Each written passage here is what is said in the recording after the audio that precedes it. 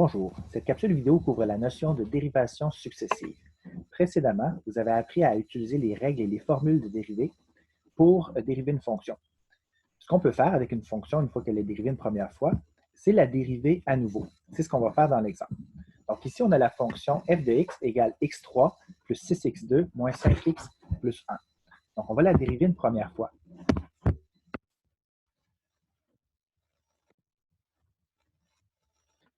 Alors, on va dériver la fonction ici. Calculons la dérivée de f de x. On cherche f' de x.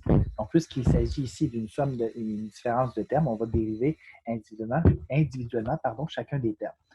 On va dériver x à la 3, ce qui donne 3x à la 2, plus 6x2, donc 6 fois 2x, donc plus 12x, moins 5 fois la dérivée de x, donc 5 fois 1, donc moins 5, et la dérivée de 1 donne 0.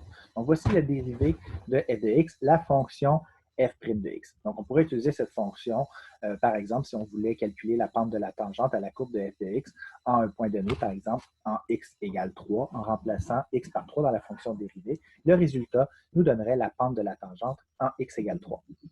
Ce qu'on peut faire aussi, c'est prendre cette fonction-là et la dériver à nouveau. Donc, c'est ce qu'on nous demande de faire en B. Calculons la dérivée de f' de x. Donc, ce qu'on veut faire, c'est prendre f' de x et dériver cette fonction-là.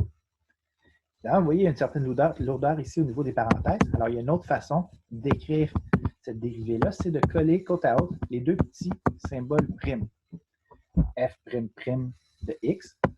Donc, et ça s'appelle la dérivée seconde. Alors, je vais dériver la fonction 3x2 plus 12x moins 5. Qui va me donner 6x plus 12. Et ça, c'est la, j'ai mentionné précédemment, la dérivée seconde.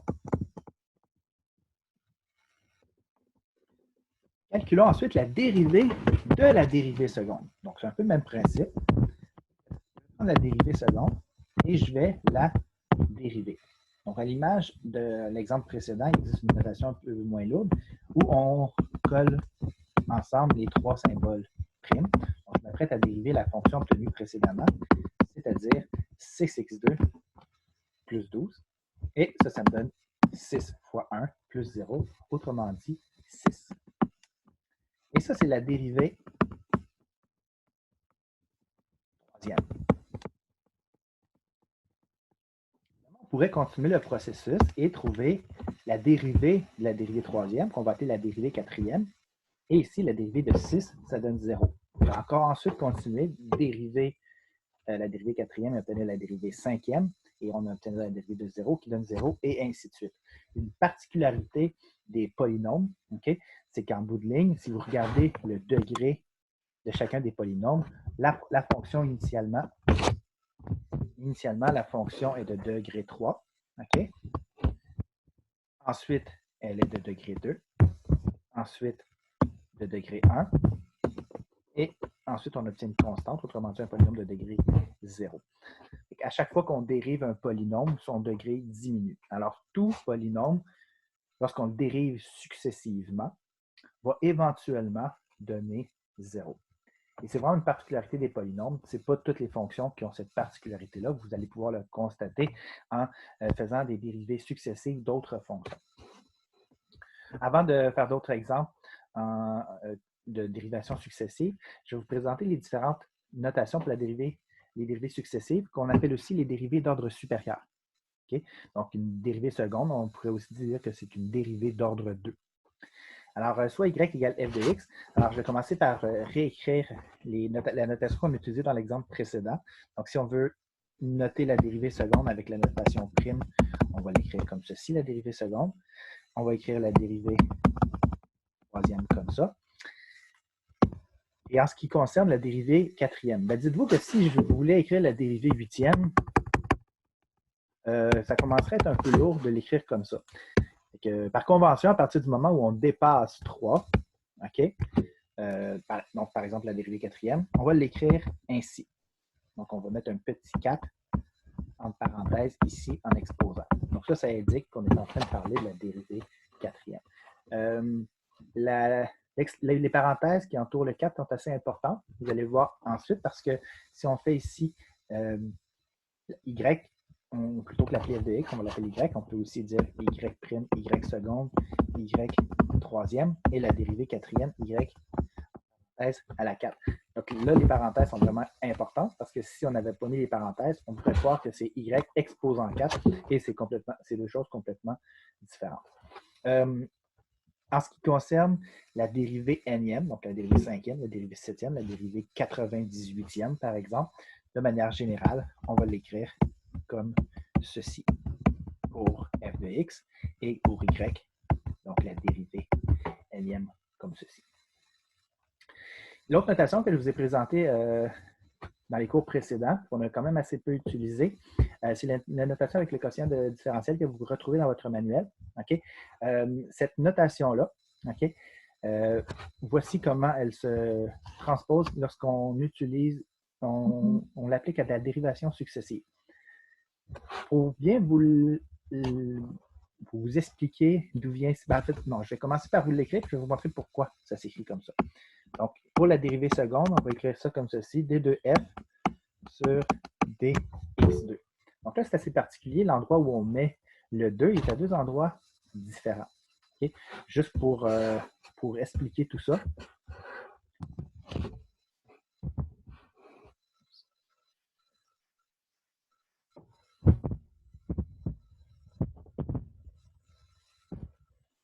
Je vais juste agrandir ma page ici. Okay. Juste pour revenir sur cette notation-là, si je veux dériver une fonction, donc supposons que j'ai la fonction f de x qui est égale à x2.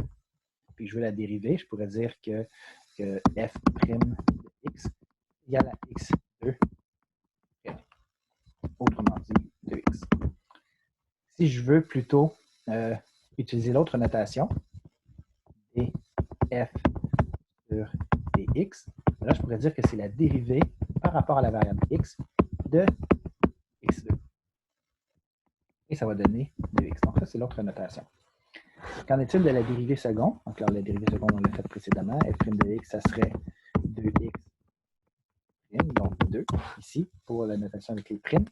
Tandis qu'avec la dérivée de la dérivée, si je voulais faire la dérivée seconde ici, donc je voudrais dériver de x, donc dériver la dérivée de x2.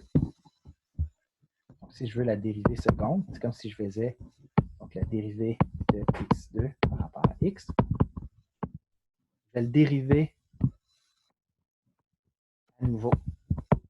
Donc ça, c'est comme si j'encadrais à nouveau du symbole prime.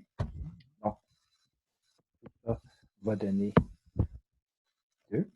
Okay? Puis on va l'écrire comme ceci, d2 de x2 sur dx2.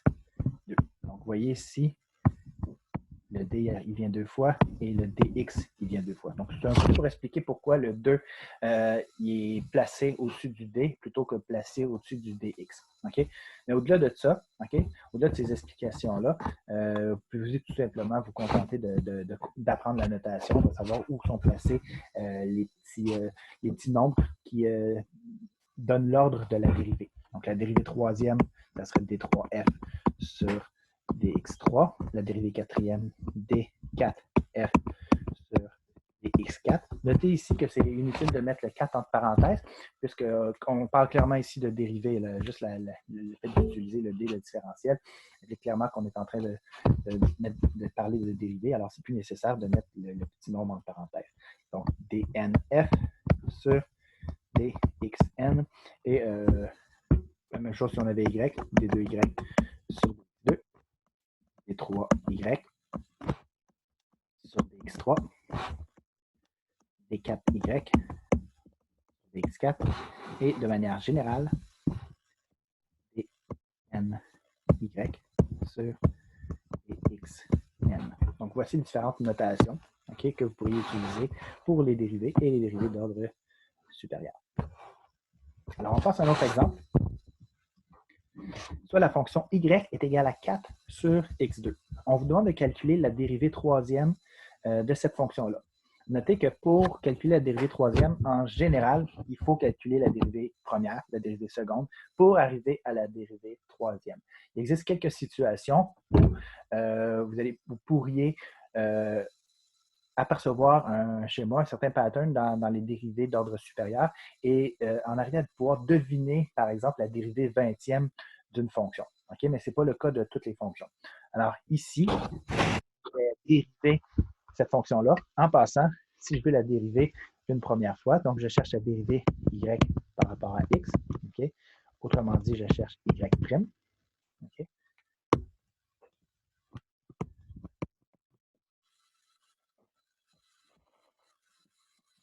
C'est la dérivée par rapport à x de la fonction qui est là.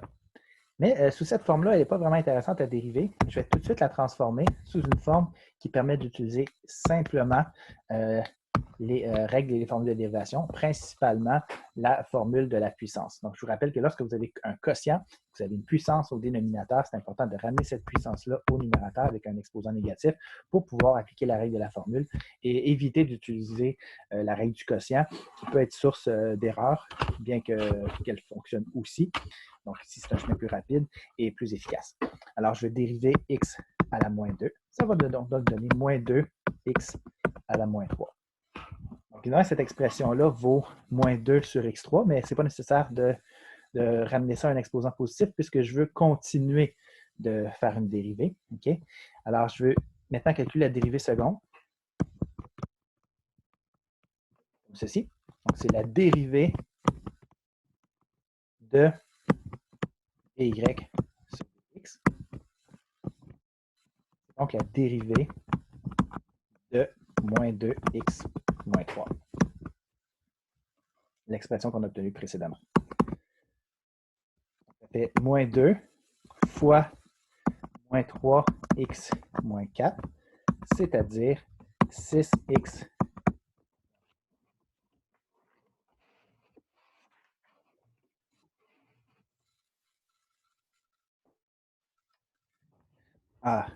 je viens juste de réaliser que j'ai oublié de recopier quelque chose.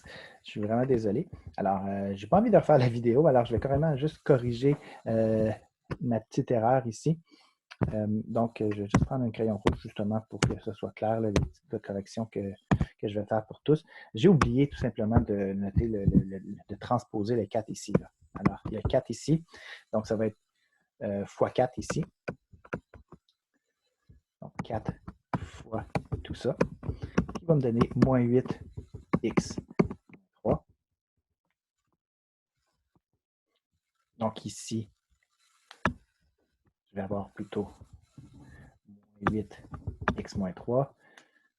Alors, moins 8 ici que je mets en évidence. Et je vais plutôt avoir 24x moins 4. Désolé de cette erreur de retranscription.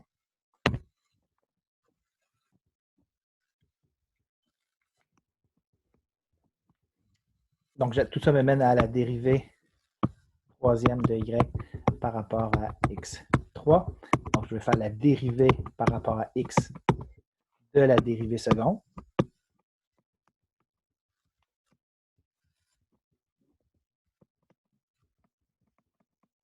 Autrement dit, la dérivée de mon expression obtenue précédemment, 24x moins 4.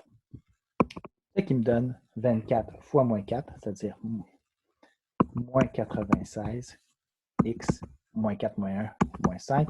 Et là, puisque c'est la réponse souhaitée, je vais ramener ça avec un exposant positif, donc ramener le x à la moins 5 en x exposant plus 5 au dénominateur. Et voilà la dérivée troisième. On aurait pu demander à n'importe quelle dérivée, la dérivée première, la dérivée seconde et la dérivée troisième, de la calculer pour une valeur particulière de x. Donc, si on l'avait demandé pour la dérivée première, l'interprétation qu'on en aurait faite, c'est la pente de la tangente. Il y a d'autres interprétations qu'on peut en faire pour la dérivée seconde et pour la dérivée troisième, mais je laisse ça pour une leçon qu'on va faire plus tard. Alors, allons-y avec l'exemple B où on demande de calculer la dérivée troisième en x égale 2.